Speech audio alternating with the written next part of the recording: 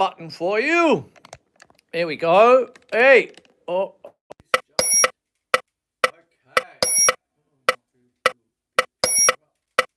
There we go. Hey.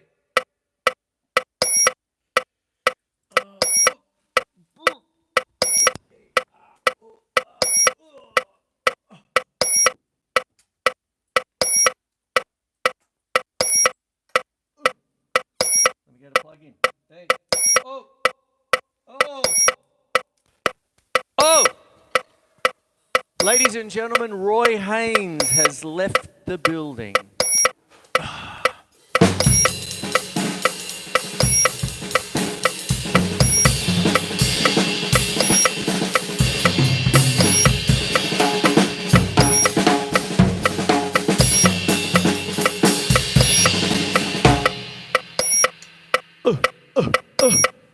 What a life he had.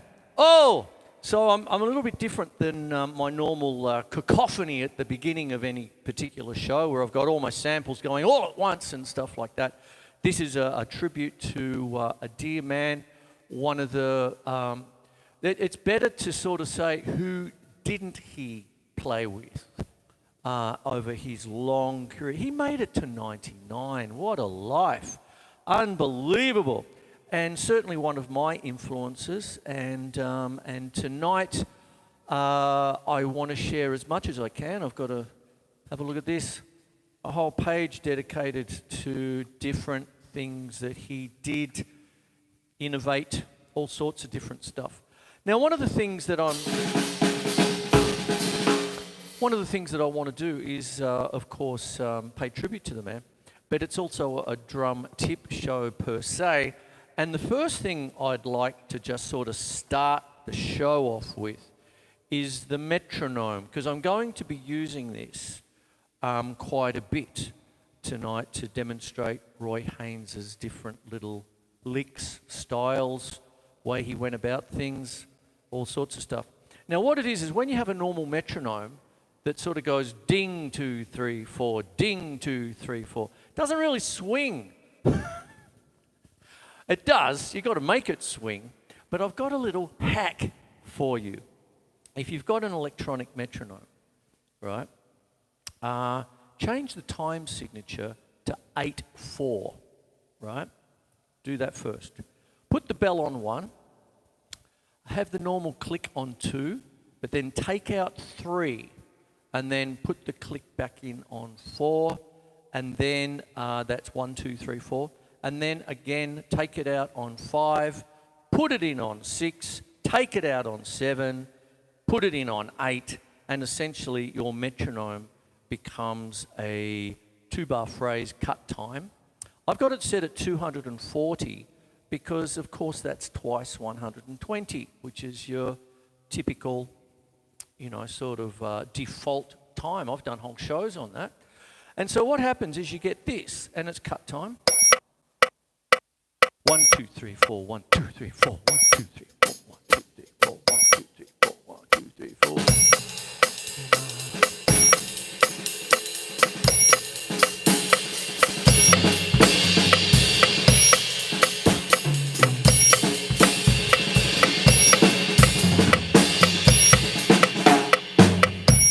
There it is. So I'll be coming in and out. I wanted to do that first, get it off, get it at the get-go. And now we're going to talk about dear Roy Haynes. Here we go. All right, I've got it here, I hope all my technology works tonight. Oh, Roy Owen Haynes, March 13, 1925 to November the 12th, 2024, only 3 days ago, was an American jazz drummer. In the 1950s, he was given the nickname Snap Crackle, because he could pop, I don't know. He was among the most recorded drummers in jazz in a career spanning over 8 decades. Count them. He played swing, bebop, jazz fusion, and avant-garde jazz. In my research, I've spent all day just listening to him. And in one of the interviews, he said, I'm not really comfortable with labels. I don't really like them. I just play the music. but there's the labels. He is considered to have been a pioneer of jazz drumming. There it is. Now, regular watchers of the show will know that this is live, and then what I will do is take it away, put up insets, backdrops, blue screen stuff, little demos perhaps, and all sorts of things, and little throws, all sorts of stuff like that. And I'll have that up tomorrow, and then for Channel 31, Wednesday week is how it works for those who might be tuning in for the first time, given that I do this on YouTube now. There you go. Now, as I said, born March 13, 1925, Boston, Massachusetts, and died November 12th, age 99 at Nassau County, New York. Jazz musician, drums, years active to 1942 to, it's got here 2011, but I've seen him play since then. I saw him one night on David Letterman, and I went going, that's Roy Haynes. How old is he now? He's about 95 then or something. Or maybe it is 2011 because David Letterman actually probably finished around then. Anyway, I ramble. Haynes led bands including the Hip Ensemble. His albums Fountain of Youth and Whereas were nominated for Grammy Awards. He was inducted into the Modern Drummer Hall of Fame in 1999. His career, his younger brother, actually, Michael Haynes, became an important leader in the African-American community of Massachusetts, working with Martin Luther King Jr. during the Civil Rights Movement, representing Roxbury in the Massachusetts House of Representatives, and for 40 years serving as pastor for the 12th Baptist Church, where King had been a member while he pursued his doctoral degree at Boston University. Haynes made his professional debut in 1942 in his native Boston and began his full-time professional career in 1945. From 1947 to 1949, he worked with saxophonist Lester Young, and from 1949 to 1952 was a member of saxophonist Charlie Parker's quintet. He also recorded at the time with pianist Bud Powell and saxophonist Wardell Gray and Stan Getz. I was looking at one of his solos with Stan Getz today, and I'm going to talk about that in a bit as far as style. From 1953 to 1958, he toured with singer Sarah Vaughan and recorded with her. In the 1950s, he was given the nickname Snap Crackle. There it is. All right, I'm going to break there, and then I'm going to start playing. So what happens is that the aforementioned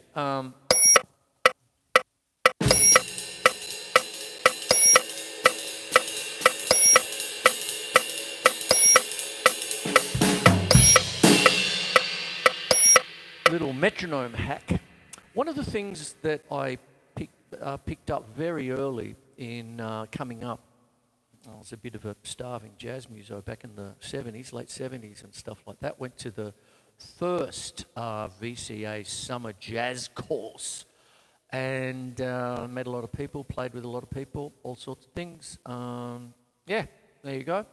And I actually I got a job, therefore I could get a credit card, and I blew it out on jazz albums. And one of them that I had was Chick Corea's Now He Sings, Now He Sobs, which is Chick Corea's first really solo album as a trio. And Miroslav Vicious was on bass, and Roy Haynes was on drums. And the very first, and I went, ooh,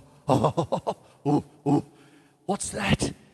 And I later found out it was a flat ride cymbal. And I don't have one. I've had two in my life, and if Kevin Denali, if you're watching, you've got my Peisty Sound Formula one, and I should have driven over and picked it up for tonight's episode. But he had this beautiful flat ride. I'm going to do a little inset there for a flat ride. It used to be over here, but now I've got a big-ass 22-inch China. Big Meinl crash ride, which isn't quite Roy Haynes' sound. It's the flat ride we want. So I've got the sand right here.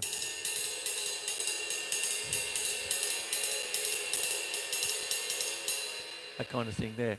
Now, one of the things that Roy Haynes did, I mentioned before, he played with Sarah Vaughan for a long time. And I came to know the music of Sarah Vaughan very closely. And one of the unsung heroes, as well as Roy Haynes, was Grady Tate, a drummer by the name of Grady Tate, who could, along with Roy Haynes, handle sometimes Sarah Vaughan's dead, slow tempos for her ballads. And what would happen is that you'd have this, the typical jazz rhythm that everybody sort of defaults to is the triplet. 1 and a 2 and a 3 and a 4 and a 1 and a 2 and a 3 and a 4. But one of the first things that I noticed with Roy Haynes, especially with his work with Chick Corea, but I mean it's his right hand, so it's with everybody, is the tendency to clip it like it'd be.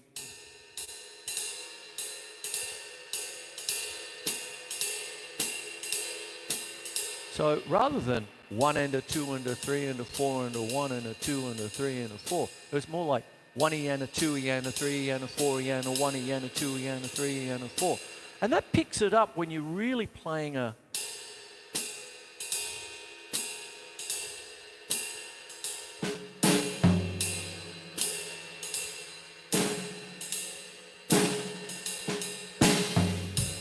And lo and behold, it's in Advanced Techniques with Jim Chapin. And a lot of people would say, I'm never going to need that. Yes, you will. And there you go.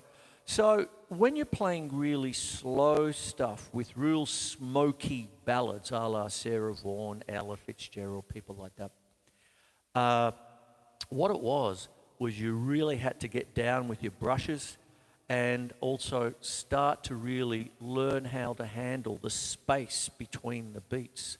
Like metronome, click, click, click, oh boy, that kind of thing. And Roy Haynes was great at it, and there you go. So there's that business as well. Now, not only that, but you've got 3 gears on the car, on the jazz car, and what it is there's the 1E and a 2E and a 3E and a 4E and a 1E and a 2E and a 3, 16th note, semiquaver. And then you got your triplets. 1 and a 2 and a 3 and a 4 and a 1 and a 2 and a 3 and a 4 and a 1 and a 2 and a 3 and a 4 and a 1 and a 2 and a 3 and a 4. But when you double that, it goes into quavers like 1, 2 and 3, 4 and 1, 2 and 3, 4 and 1, 2 and 3, 4 and 1 and 2.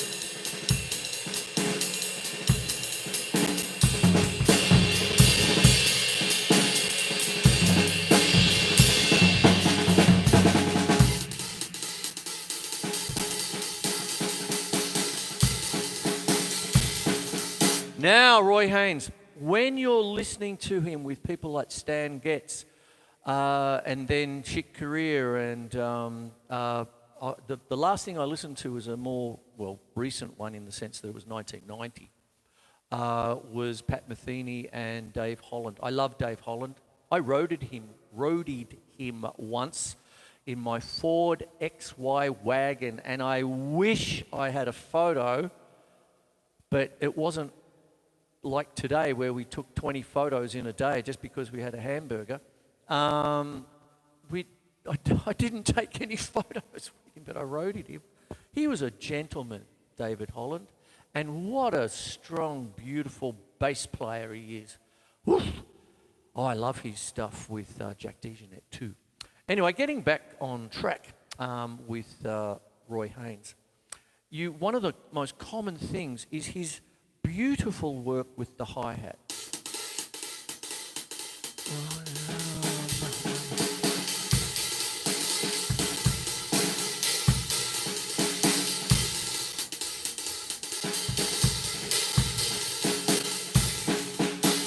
Oh, 240 again.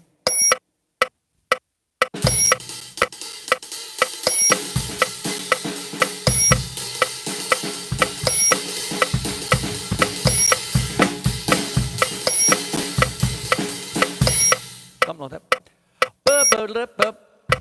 There you go. There it is.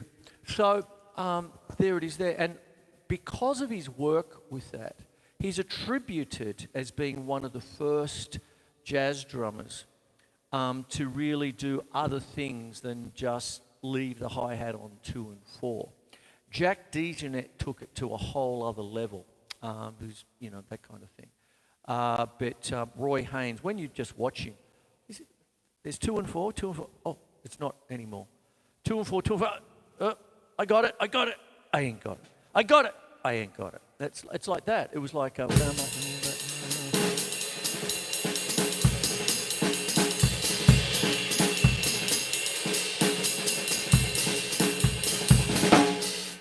kind of thing there. And it really provides another voice. You've got four-way independence, you see. Now, when you're talking about that and his contemporaries like Art Blakey, Max Roach, all that stuff, what you have is a couple of drummers there, and Papa Joe Jones before them, that Roy Haynes cites as one of his, early, well, it's Papa Joe Jones, that kind of thing. With those people, Max Roach had this incredible independence. It's almost like he was cut in half down the middle. And there was this solid ride, solid hi-hat. And then the things he did in between was like, what? And I've mentioned him, I only mentioned him last episode. And the episode before that, I think, too. But what goes on is that with Roy Haynes, he started to do other things with the hi-hat. And that's his thing. Now, along with that, with the hi-hat style that he had, he's the first to break the 2 and 4.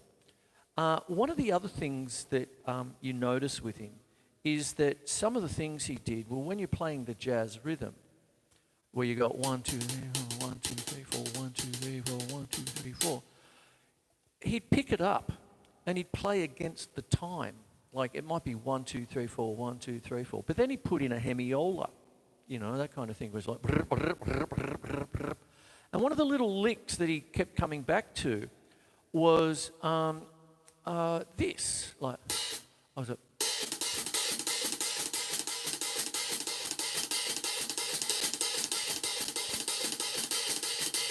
And what that is 1, 2, like 1, 2, and 3, 4, and 1, 2, and 3, 4, and 1, 2, 3, 4, 1, 2, 3, 4, 1, 2, 3, 4, 1. Oh, super fast.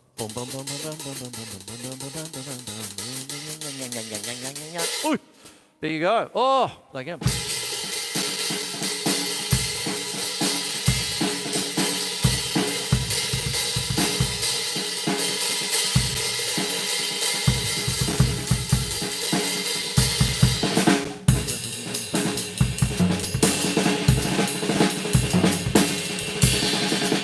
Oh, there you go. And so there's that. I'll do it slowly. Hat, 2 taps. But as you get that, you get... That's as a triplet.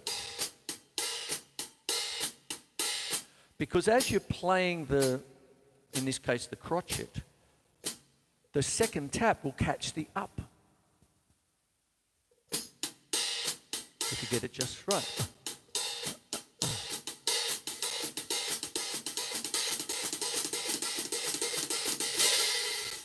Here we go. Ooh. And then when he was playing with people like Stan Getz, all this business, even with the Pat Metheny stuff, you'd see him transition. Now, there's a typical transition when you're going from, say, doing the hi-hat and then moving over to the ride cymbal and then changing to another ride cymbal. And when the section changes, I remember Louis Belson always said, "Ooh, I like my China cymbal when the saxophones come in," and that kind of thing. And I always remember also with the City of Essendon band, when we were doing all the Glenn Miller and stuff like that, the brass was always pointy, like pop, up, pop, pop, pop, pop, pop, pop, pop, pop, like that. And one of the things that I found that when I was playing, at least for me, you could hear it like we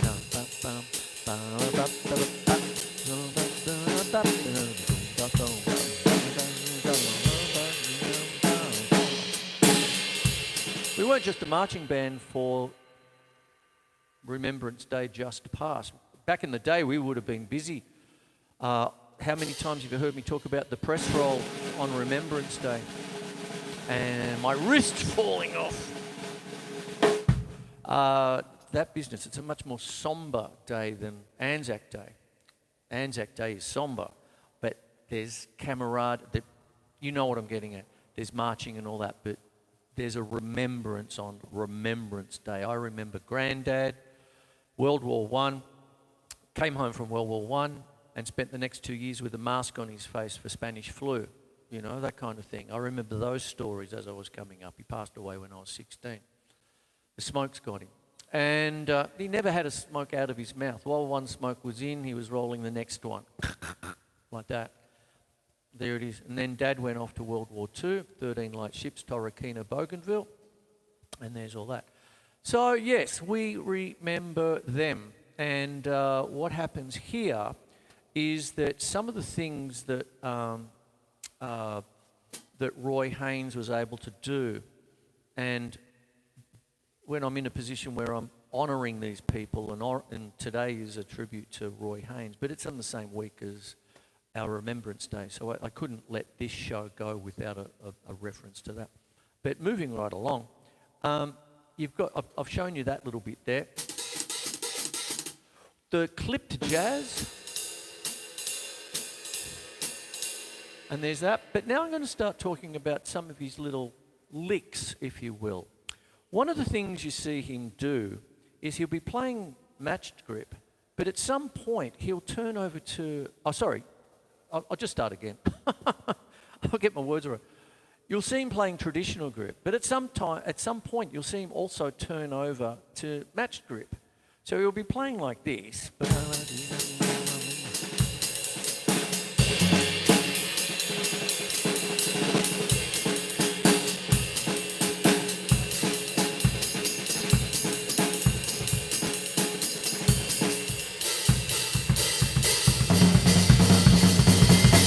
And there's this lick where he does unison work, and you'll always see him, nearly every solo I saw today, and what I've got on vinyl, you'll hear it as well.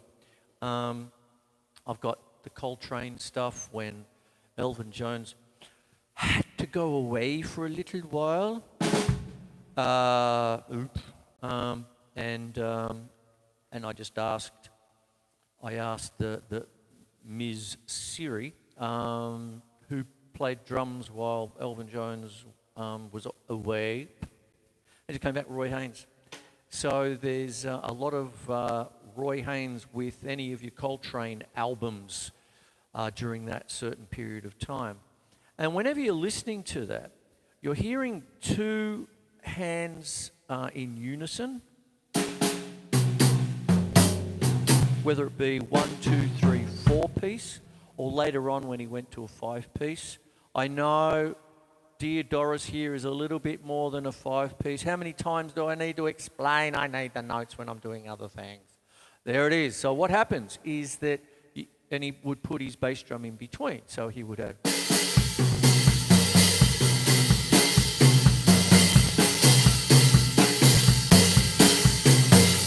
And so... And then...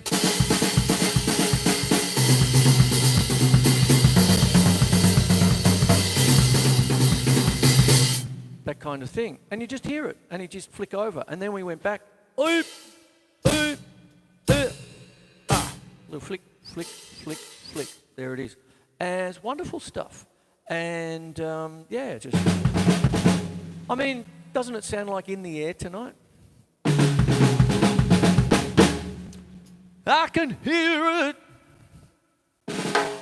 Anyway, there you go. So, stick to your 4-piece, Chris.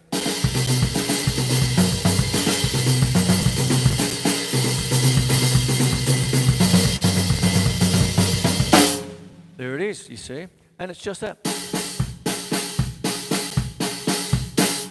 And that's the typical lick.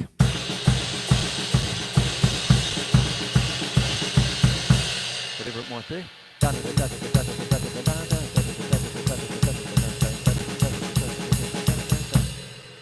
I did a show on Dave Brubeck and Joe Morello not 3 or 4 weeks ago, and I think that loomed large. It sounds a lot like Blue Rondo a la Turk, doesn't it? There you go. And but it's a little bit different in the sticking way, and you'll just see it in any solo you go off to after I finish here. You'll have just both foot. It could just be both foot, both foot. And then mix it up.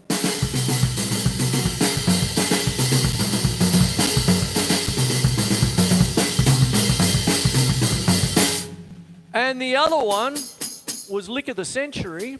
He'd be playing.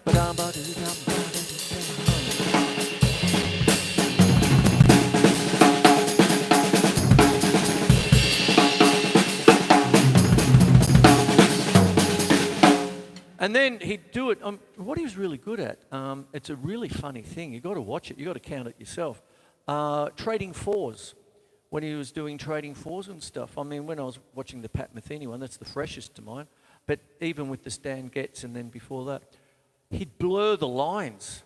He'd go over the 4-bar phrase into the 5, and it'd blur into the saxophone coming in. So instead of chop and then chop and then chop, it started to be like, ooh, you got to be on the ball. And so what would happen is, oh,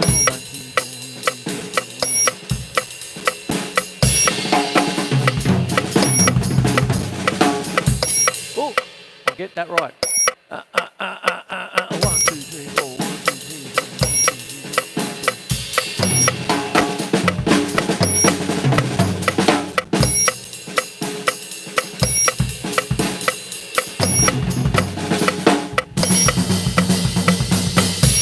That was better. And there you go. And you just sort of work it up. And that's what you have with that. So that's one of the things that I wanted to talk on. I better get a wriggle on. I'm already right there. So there's that unison style. Right-hand tom with the bass drum. He seemed to have a great little thing with that. Now I'm going to talk about one other little thing he did with that. What I was doing there was just the hi-hat, match grip, rear end out, sort of thing. Just a flick. It's just a flick he does. And there's that, and it's just the right foot going with the hi-hat washy. Now here's a little other thing that he did with his hi-hat. If you do it, put the feet together, and then you do the same thing, right?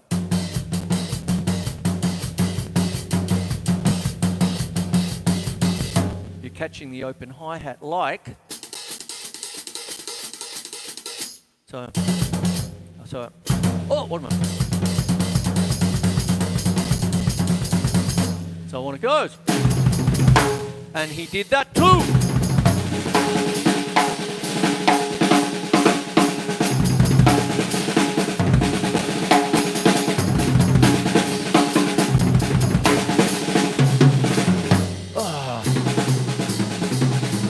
Another one was double stroke rolls that he did at a later concert.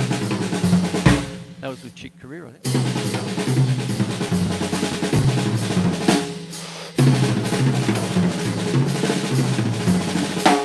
There's that. Now, another lick I'll put in is the right, left triplet. So it's just right, left, right, left.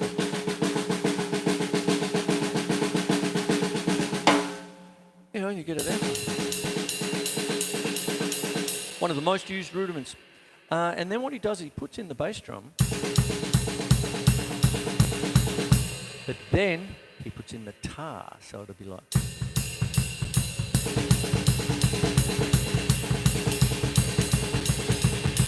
And then the rhythm, the jazz rhythm.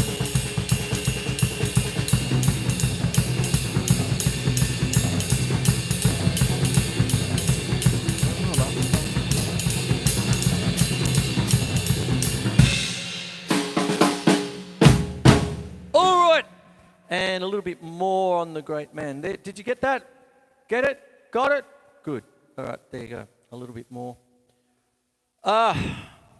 A tribute song towards Haynes was recorded by Jim Keltner and Charlie Watts of the Rolling Stones, and he appeared on stage with the Allman Brothers Band in 2006 and Paige McConnell of Fish in 2008. Age seems to have just passed him by, Watts observed. He's 83, and in 2006 he was voted Best Contemporary Jazz Drummer in the Modern Drummer magazine's rating poll. He's amazing, as he is, and that's why we're doing the show here for him tonight. How's this for a little sideways thing? In 2008, Haynes lent his voice to the open-world video game Grand Theft Auto 4 to voice himself as the DJ for the fictional classic jazz radio station Jazz Nation Radio 108.5. His last album, Roy LT, a little play on his name, was released in 2011. So I must be right. I probably got it wrong with that David Letterman reference. He passed away a few days ago. He had just a long, wonderful life. Made it to 99, and there you go. And just one of the greats. I mean, when you're talking about jazz drumming, he's just one of the greats. You know, you just put him right there with Elvin Jones, Tony Williams, Art Blakey. Oh, the list goes on, you know, Max Roach, everybody else. And so what happens is that when you're listening to him, he's got this vocabulary, and you just know that it's him. You know, when you start hearing, oh, that's Roy. If you're starting to hear, is that Elvin? And then when you're hearing, is that Tony? Everybody knows them by the first name. Yeah, that's Tony. No, that's Roy. No, it's Tony. No, it's Roy. Listen, mate, you want to go outside? No, mate. So there you go. Now, what happens now is that I'll go off and put up a few other things together. I've got to edit 4 cameras for you all there. And there you have it. So, again, I'll just quickly go over things. Here's the metronome hack.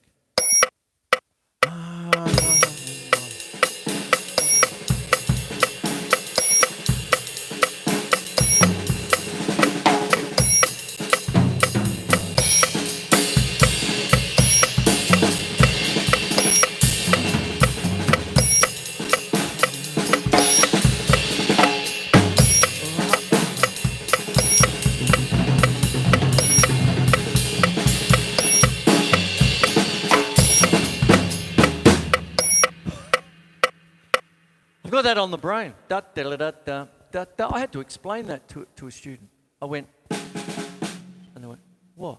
I said, shave and a haircut, 2 bits. Anyway, they were a bit young.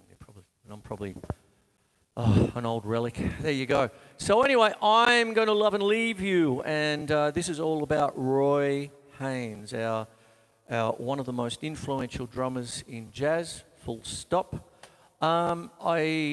There's 3 things I'm actually going to quickly bring up, just to finish off.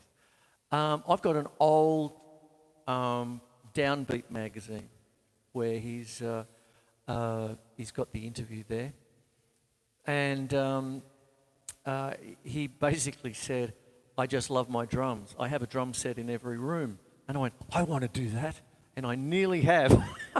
It's taken me a lot. Dear me. No wonder I'm on the Goombacks. Anyway, so what happens is, yes, throw your money in the right places. And the next thing that I'd like to bring up is that he was a very, very snappy dresser. To the point where it's mentioned, he always looked $1 million. The cowboy hat became a little bit of a trademark. And in the early days, the beautiful suit, and very, and there you go. And he was really snappy, even down to his last days with the sunglasses on and very hip. And by his own admission, in one of the interviews that I listened to today, was that by his own admission, he thinks that the only person he didn't really play with, either on his own albums or as a sideman, because he played with everybody, was he basically, I don't think I ever played with Duke Ellington, and I don't know why. I think I was just doing something else. But I know he did ask me, we've talked, and he asked me to join his band. But I was doing other things. And that seems to be, to his recollection, when the guy kept asking him names, he said, no, I played, yep, we did that album, yep, Miles, yep, Stan Getz, this one, that one. You know, Sonny Rollins, yes, or yep, I knew Sonny Rollins before I knew that he was a saxophone player, because he used to come around to the house. Story there. Oh, goes on and on and on, and I could go on and on and on, but then I'd just have to cut stuff out. But I'm going to put the whole thing up on YouTube, hopefully tomorrow, and I hope you enjoyed the show. I hope I've done him service, and I must have, I couldn't even tell you, I've got to have about 15 to 20 albums with him on, I think, something like that. But they're all there on YouTube now. Just start pressing. Go off, get a glass of wine, start pressing buttons. You will not be disappointed. Look out for that. Look out for, everyone thinks it's Bonham. It's Roy. Anyway, take care. Have a look at the metronome hack. And I love you. Mwah, mwah, dear Roy Haynes.